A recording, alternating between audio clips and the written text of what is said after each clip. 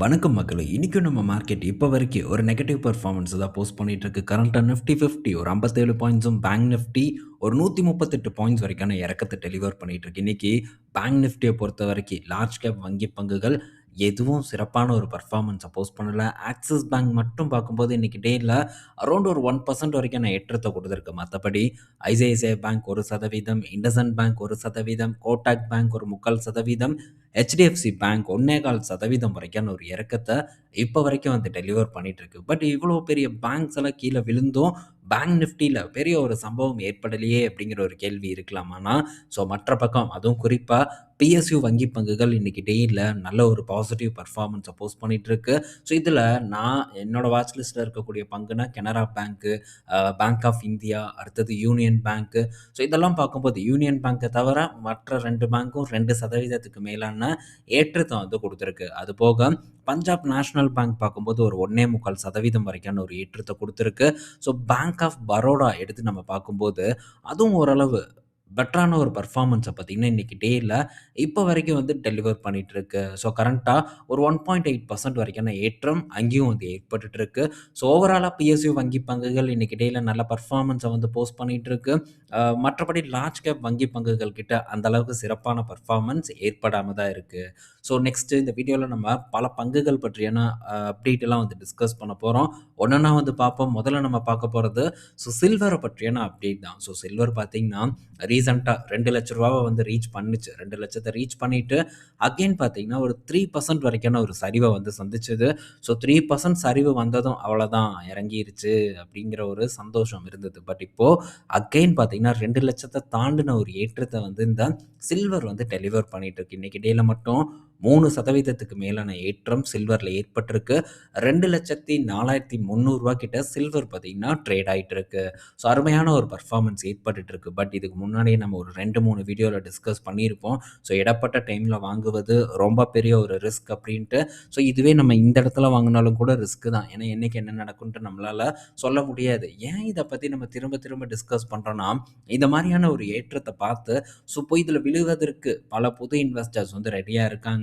அந்த மாரி தயவு செஞ்சு பண்ணக்கூடாது. நம்ம அவ்வளோ தூரம் டிஸ்கஸ் பண்ணியும் கூட பலரும் பார்த்தீங்கன்னா, டாப்ல வாங்கி அங்கருந்து ஒரு லாஸ புக் பண்ணி, இப்ப திரும்ப ஏறுதேங்கிற ஒரு ஃபீலிங்ல அகைன் ஒரு தவறான முடிவு எடுப்பதற்கான வாய்ப்புகள் அதிகமா இருக்கு. பட் அந்த மாரியான முடிவுக்கு வரக்கூடாது. ரீட்டெயில் இன்வெஸ்டர்ங்கிறதுக்காக தான் தொடர்ந்து இத பத்தி நம்ம டிஸ்கஸ் பண்ணிட்டு இருக்கோம்.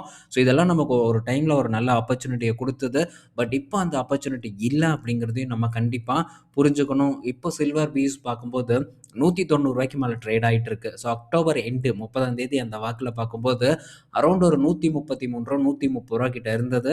அங்கருந்து மட்டுமே ஒரு ரூ. 60 வரைக்கான ஏற்றம். கிட்டத்தட்ட 44, 45% வரைக்கான ஏற்றத்த சில்வர் பீஸ் வந்து டெலிவர் பண்ணியிருக்கு. வித்தின் ஒரு 1 1/2 மந்த்ஸ்ல வந்து இந்த ரிட்டர்ன வந்து போஸ்ட் பண்ணியிருக்கு. பட் போஸ்ட் பண்ணிட்டு போட்டும். புது இன்வெஸ்டர்ஸ் இந்த மாரி இடத்துல வந்து இறங்காம இருப்பது ரொம்ப நல்ல ஒரு காரியமா நான் பார்க்குறேன். இதெல்லாம் முன்னாடி பிடிச்சிருக்கணும். முன்னாடி நம்ம பிடிக்காம விட்டுட்டோம்னா, பின்னாடி வேடிக்கை பார்ப்பத தவிர வேற வழி இல்ல அப்படிங்கிறதையும் நம்ம டெஃபினட்டா ஒத்துக்கணும். அடுத்தது டிசிஎஸ் கிட்ட இருந்து ஒரு அப்டேட் வந்திருக்கு. டிசிஎஸ் பார்க்கும்போது ஒரு மெகா டீல் பார்த்தீங்கன்னா வின் பண்ணியிருக்காங்க. $1 பில்லியன் மதிப்பிலான டெலிஃபோனிகா அப்படிங்கிற ஒரு நிறுவனத்துக்கிட்ட இருந்து யுகேவை சேர்ந்த நிறுவனம், பிரிட்டிஷோட சப்சிடரி நிறுவனம், சொந்த நிறுவனத்துக்கிட்ட இருந்து ஒரு $1 பில்லியன் ஒரு டீல வின் பண்ணது டிசிஎஸை பொறுத்தவரைக்கும் ஒரு பெரிய பாசிட்டிவ் நியூஸ். தொடர்ந்து பார்த்தீங்கன்னா, அதுவும் நான் ஃபோக்கஸ் பண்ணதுக்கு அப்புறமே டிசிஎஸ் பல டீல்ஸை வந்து வின் பண்ணிட்டு தான் வந்துட்டு இருக்காங்க. ஆனா என்னன்னா, இது அவ்வளோதான் முடிஞ்சது அப்படிங்கிற ஒரு கணக்கு, ஒரு கணிப்பு பலருக்கும் அது இருந்துட்டு இருந்தது. பட் அதெல்லாம் பொய்யாக்கி ட்ரெண்டே பார்த்தீங்கன்னா டிசிஎஸ்ல இப்போ அப்படியே சேஞ்ச் ஆயிருச்சு. ஆனா பெரிய ஒரு ஏற்றம் இல்லாம இருந்தாலும் கூட, ஓரளவு பெட்டர் பெர்ஃபார்மன்ஸ தான் டிசிஎஸ் டெலிவர் பண்ணிட்டு இருக்கு. ஷேர் பிரைஸ் என்னைக்கோ வந்து ஏறிட்டு போட்டும். பட் ஃபண்டமெண்டலா அவங்களுடைய பிசினஸ்ல எந்த விதமான ஒரு இம்பாக்ட்டும் இல்லங்கிறத நம்ம இந்த இடத்துல வந்து புரிஞ்சிருப்போம்னு நான் நினைக்கிறேன். பிசினஸ வந்து பார்த்து சரியான இடத்துல முதலீடு பண்றதுக்கு நம்ம முடிஞ்ச அளவுக்கு வந்து ட்ரை பண்ணணும்.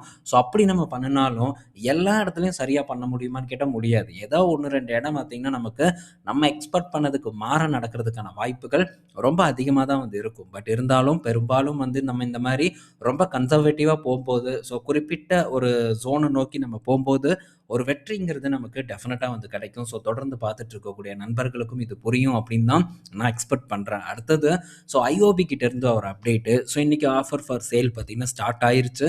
ஸோ 7% டிஸ்கவுண்ட்ல பார்த்தீங்கன்னா கவர்மெண்ட் ஐஓபி பங்குகள விக்கிறாங்க. இதன் காரணமா 5% வரைக்கான ஒரு இறக்கம் இன்னைக்கு ஐஓபில வந்து ஏற்பட்டிருக்கு. ஸோ நம்ம பல பிஎஸ்யூ பேங்க்ஸ பத்தி டிஸ்கஸ் பண்ணியிருக்கோம். ஆனா இந்த இடத்த வந்து நம்ம டிஸ்கஸ் பண்ணியிருக்க மாட்டோம். ஏன்னா எனக்கு அந்த அளவுக்கு இந்த பேங்க் வந்து குவாலிட்டியான ஒரு பேங்க்கா வந்து தெரியல. ஸோ அதனால நான் இத வந்து பெருசா ஃபோக்கஸே வந்து பண்ணதில்ல. ஸோ நம்ம டிஸ்கஸ் பண்ண, நம்ம ஃபோக்கஸ் பண்ண பங்குகள் பற்றியெல்லாம் உங்களுக்கு தெரியும். ஸோ அதெல்லாம் ஒரு நார்மலான ஒரு நல்ல ஒரு வங்கி. அதில எந்த ஒரு டவுட்டும் இல்ல. நல்ல ஒரு பேலன்ஸ் ஷீட் இருக்கக்கூடிய பேங்க்கு. ஸோ நல்ல ஒரு புக் சைஸ் இருக்கக்கூடிய வங்கிகள மட்டும் தான் நான் ஃபோக்கஸ் பண்றேன். பிஎஸ்யூல வந்து ஃபோக்கஸ் பண்ணுனாலும், ஸோ இதே ரீசன் தான். ஸோ எப்படி வந்து பிஎஸ்யூலயும் சின்ன சின்ன பேங்க்ஸ வந்து நான் கைவிடுறேனோ, அதே தான் வந்து பிரைவேட்லயும் வந்து பண்ணிட்டு இருக்கேன். ஸோ எந்த இடத்துல நமக்கு பெரிய அளவுக்கான ஒரு ரிஸ்க் இல்லன்னு தோணுதோ, அந்த இடத்துல நம்ம போய் இருக்கிறதுல தவறில்ல. ஸோ எனக்கு அப்படி தோணுனத தான் இதுக்கு முன்னாடி நான் ஃபோக்கஸ் பண்ணியிருக்கேன். ஸோ ஐஓபி பத்தி நெறைய பேர் வந்து கேட்குறாங்க. அதனால இத வந்து நான் இப்ப இந்த இடத்துல டிஸ்கஸ் பண்ணிட்டுருக்கேன். ஸோ கொஞ்சம் வந்து இதெல்லாம் ரிஸ்க் அதிகமா இருக்கக்கூடியது. அதனால கேர்ஃபுல்லா இருங்க இந்த இடத்த பொறுத்தவரைக்கும். அடுத்தது ஐடிசி கிட்ட இருந்து ஒரு அப்டேட் வந்திருக்கு. என்ன அந்த அப்டேட்னா, ஸோ இப்ப இந்த ஆதித்யா பிர்லாவோட இந்த இது பேப்பர் பிசினஸ் ஸோ இத வாங்குறதுக்கான ஒரு அப்ரூவல் பார்த்தீங்கன்னா, சிசிஐ கிட்ட இருந்து வந்திருக்கு. காம்படிஷன் கமிஷன் ஆஃப் இந்தியா கிட்ட இருந்து ஒரு கிளியரன்ஸ் வந்து கிடைச்சிருக்கு. 3500 கோடி மதிப்பிலான அக்யூசேஷன் வந்து விரைவில் ஐடிசி வந்து கம்ப்ளீட்டா வந்து முடிச்சு கிடிச்சு வச்சுருவாங்க. ஸோ இது ஐடிசியோட பேப்பர் பிசினஸ்க்கு அடிஷனலான ஒரு ஸ்ட்ரென்த்தை ஏற்படுத்தி குடுக்குங்கிறதுல எந்தவித சந்தேகமும் வேண்டாம். இன்னைக்கு ஐடிசி பார்க்கும்போது ரூ. 400 கிட்ட வந்து ட்ரேட் ஆயிட்டு இருக்கு. ஸோ திரும்ப நமக்கு ஒரு ஆப்பர்ச்சுனிட்டி ஐடிசியில் ஏற்படுதா அப்படிங்கிறத நம்ம பொறுத்திருந்து வந்து பார்ப்போம். ஸோ அக்யூமுலேட் பண்ணுறதுக்கான சான்ஸ் நமக்கு தொடர்ந்து வந்து ஐடிசி கொடுத்துட்டே தான் வந்து இருக்கு. ஆனால் ஒரு நல்ல ஒரு குவான்டிட்டி அப்படின்னு நம்ம பார்க்கும்போது கொஞ்சம் வெயிட் பண்ணி நம்ம பண்ணுறதுக்கு ட்ரை பண்ணலாம். ஏன்னா இதை பற்றி நம்ம ஆல்ரெடி டிஸ்கஸ் பண்ணியிருக்கோம். இது என்ன மாதிரியான பங்கு, ஸோ இதில் என்ன மாதிரி ஒரு ப்ளே நம்ம பண்ணணும் அப்படிங்கிறத பற்றி தனியாக கூட வந்து டிஸ்கஸ் பண்ணியிருக்கோம். ஸோ அதுக்கு சில எக்ஸாம்பிள் எஸ்டிஎஃப்சி பேங்க் போன்ற, ரிலையன்ஸ் போன்ற நிறுவனங்களை கூட நம்ம எக்ஸாம்பிளுக்கு வந்து காட்டியிருந்தோம். ஸோ அதே ஒரு ஒரு மெத்தட் தான் இந்த இடத்துல ஐடிசியில் நான் வந்து ஃபாலோ பண்ணுறேன். ஸோ மேபி நெக்ஸ்ட் ஒரு அக்யூமுலேஷனோ இல்லை ஏதாச்சும் ஒரு ஒரு இது பண்ணினாலோ கண்டிப்பாக அந்த அப்டேட்டையும் உங்கள் கூட நான் ஷேர் பண்ணுறேன். அடுத்தது பார்க்கும்போது ஸோ நேத்து ஒரு அப்டேட் வந்தது நைட்டு. என்னன்னா, ஓலா எலக்ட்ரிக்கோட ஃபவுண்டர் இந்த பாவேஷ் அகர்வால் பார்த்தீங்கன்னா, 92 கோடி மதிப்பிலான பங்குகள வந்து வித்திருக்கிறதா ஒரு அப்டேட் வந்திருக்கு. என்ன ரீசன்னு பார்த்தா, ஸோ இவங்க இத வித்து வரக்கூடிய பணம் ஒரு 92 கோடி கிட்ட பணம் பார்த்தீங்கன்னா வருது. ஸோ அத வச்சு ப்ரொமோட்டர் பிளட்ஜ பார்த்தீங்கன்னா, கம்ப்ளீட்டா வந்து எடுக்கிறதா ஒரு டேட்டா வந்து குடுத்துருக்காங்க. ஸோ இதனால ப்ரொமோட்டர் பார்த்தீங்கன்னா, எந்த விதமான கடனும் இல்லாம டெட் ஃப்ரீ ஸ்டேட்டஸ்க்கு போவாங்க அப்படிங்கிற ஒரு ஒரு ஒரு ஒரு அப்டேட் பார்த்தீங்கன்னா, நமக்கு வந்து கிடைச்சிருக்கு. ஸோ இதனால ஒரு ஏதாவது பெரிய சேஞ்சஸ் ஏற்பட்டிருக்கான்னு கேட்டா இல்ல.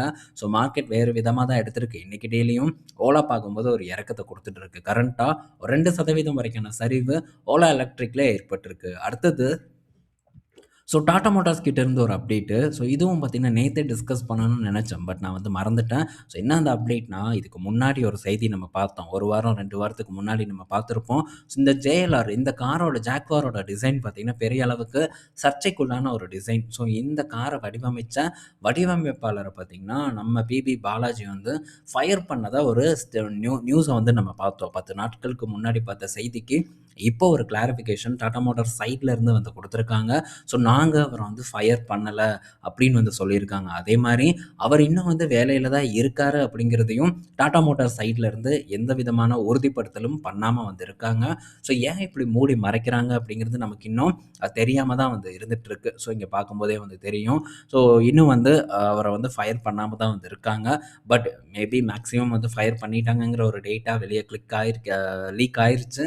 ஸோ இது உண்மையா இருக்கிறதுக்கான பாசிபிலிட்டீஸ் தான் ரொம்ப அதிகமா இருக்குன்னு நான் நினைக்கிறேன். பட் ஏதோ ஒண்ணு மறைக்கிறாங்க. ஸோ என்ன நடக்குதுங்கிறத வெயிட் பண்ணி பார்ப்போம். அடுத்த வருடத்துல இந்த ஜேஎல்ஆர் வந்து லான்ச் ஆகும். அதாவது இந்த ஜாக்வார் புது மாடல் பார்த்தீங்கன்னா, லான்ச் ஆயிரும் அப்படின்னு நான் நினைக்கிறேன். மேபி இவங்களே என்ன எக்ஸ்பெக்ட் பண்றாங்கன்னா, நாங்க லிமிட்டட் நம்பர்ஸ் விக்கிறதுக்கு தான் நாங்க எய்ம் பண்ணியிருக்கோம் அப்படின்னு சொல்லியிருக்காங்க. ஸோ அத வந்து அச்சீவ் பண்றாங்களாங்கிறத நம்ம பொறுத்திருந்து வந்து பார்ப்போம். ஏன்னா இந்த கார் பென்ட்லி அதுக்கப்புறம் இன்னும் பெரிய பெரிய காரோட வந்து போட்டி போட போகுது. ஸோ சக்சஸ் கிடைப்பது ரொம்ப வந்து கடினம். மேபி கிடைச்சதுன்னா இது மிகப்பெரிய ஒரு ஒரு ஸ்டோரியா இருக்கும் டாடா மோட்டார்ஸ பொறுத்தவரைக்கும். பட் இந்த கார பொறுத்தவரைக்கும் பெரிய அளவுக்கு ஒரு விருப்பமில்லாத ஒரு சூழ்நிலை தான் இப்போ மார்க்கெட்ல வந்து கிரியேட் ஆயிட்டிருக்கு. வெயிட் பண்ணி பார்ப்போம் என்ன நடக்குதுன்ட்டு. ஸோ இந்த வீடியோல நம்ம பல இன்ஃபர்மேஷன் பத்தி டிஸ்கஸ் பண்ணியிருப்போம். பயனுள்ளதா இருக்கும்னு நான் நினைக்கிறேன். ஈவினிங் நம்ம இன்னொரு வீடியோல மீட் பண்ணுவோம். பாய் மக்களே!